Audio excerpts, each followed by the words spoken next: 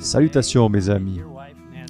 Aujourd'hui, ma chère épouse Nancy et moi allons parler d'une chose que tout le monde aime recevoir, je pense, les dons. Que ce soit pour un anniversaire ou une autre occasion spéciale, je pense que nous aimons tous recevoir quelque chose de spécial, surtout de la part d'une personne que nous aimons. En fait, plus important encore que le don lui-même, aussi merveilleux soit-il, c'est la personne qui a pris le temps et l'effort de préparer et d'offrir le don. Cette relation personnelle, cette attention, est de loin la chose la plus spéciale, car elle nous dit que quelqu'un nous aime et se soucie de nous. Dans Matthieu 25, Jésus raconte l'histoire d'un homme qui a confié des dons précieux ou talents à ses ouvriers. Au verset 14 et 15, nous lisons « Le royaume des cieux ressemblera au cas d'un homme qui, partant pour un voyage, appela ses serviteurs et leur remit ses biens. Il donna 5 sacs d'argent à l'un, 2 à l'autre et 1 au troisième, à chacun selon sa capacité, puis il partit aussitôt. »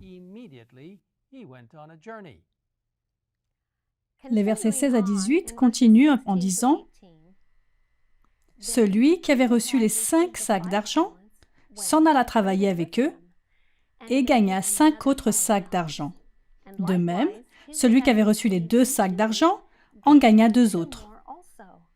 Celui qui n'en avait reçu qu'un alla creuser un trou dans la terre et cacha l'argent de son maître. »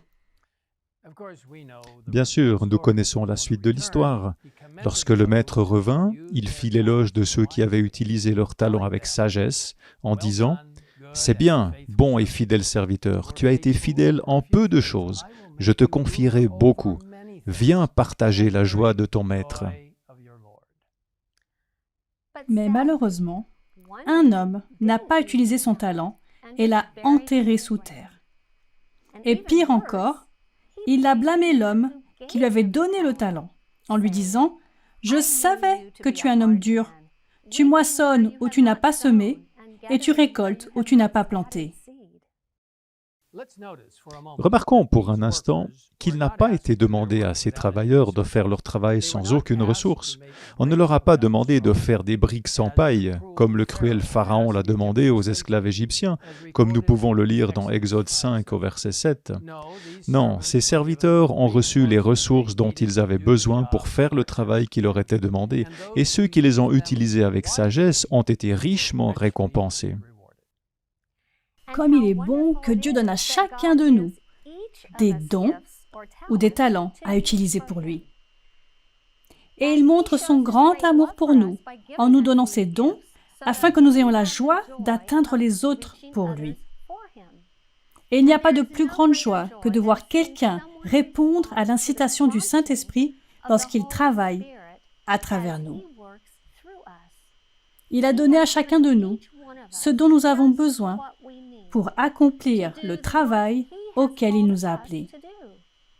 Nous le lisons dans la croyance fondamentale numéro 17 des Adventistes du 7e jour. À toutes les époques, Dieu pourvoit tous les membres de son Église de dons spirituels que chacun doit employer afin d'exercer un service d'amour pour le bien de l'Église et de l'humanité. Accordés par l'intermédiaire du Saint-Esprit qui les distribue à chacun, en particulier comme il le veut, les dons mettent à la disposition de l'Église toutes les compétences et les ministères nécessaires à l'accomplissement de sa mission divine. D'après les Écritures, ces dons peuvent s'exercer dans le domaine de la foi, de la guérison, de la prophétie, de la prédication, de l'enseignement, de l'administration, de la réconciliation, de la compassion et du service d'amour désintéressé pour le soutien et l'encouragement d'autrui. Certains sont appelés par Dieu et qualifiés par le Saint-Esprit pour remplir des fonctions reconnues par l'Église. Pasteurs, évangélistes et enseignants, ministères particulièrement nécessaires pour former les membres en vue du service, pour développer la maturité spirituelle de l'Église et maintenir l'unité de la foi et de la connaissance de Dieu. Lorsque les membres emploient ces dons spirituels comme de fidèles économes des divers bienfaits de Dieu, l'Église est préservée de l'influence délétère des fausses doctrines. Elle se développe conformément à la volonté divine et s'édifie dans la foi et dans l'amour. Si vous souhaitez en savoir plus sur les dons spirituels et les ministères, nous vous invitons à consulter le site indiqué ci-dessous.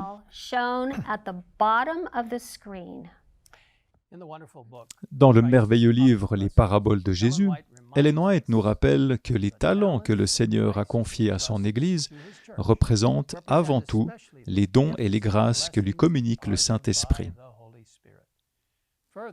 De plus, elle écrit « La parabole ne représente pas seulement les dons particuliers du Saint-Esprit, elle concerne toutes les facultés et tous les dons, qu'ils soient innés ou acquis, naturels ou spirituels. Tous doivent être employés au service du Christ. »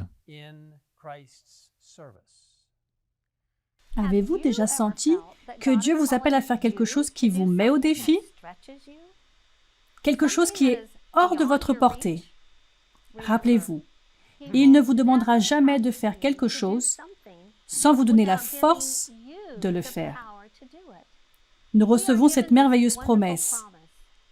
La volonté humaine participe à la toute-puissance dans la mesure où elle coopère avec la volonté de Dieu. Tout ce qui se fait sur son ordre doit être accompli par sa force. Tout ce qu'il ordonne, il le donne.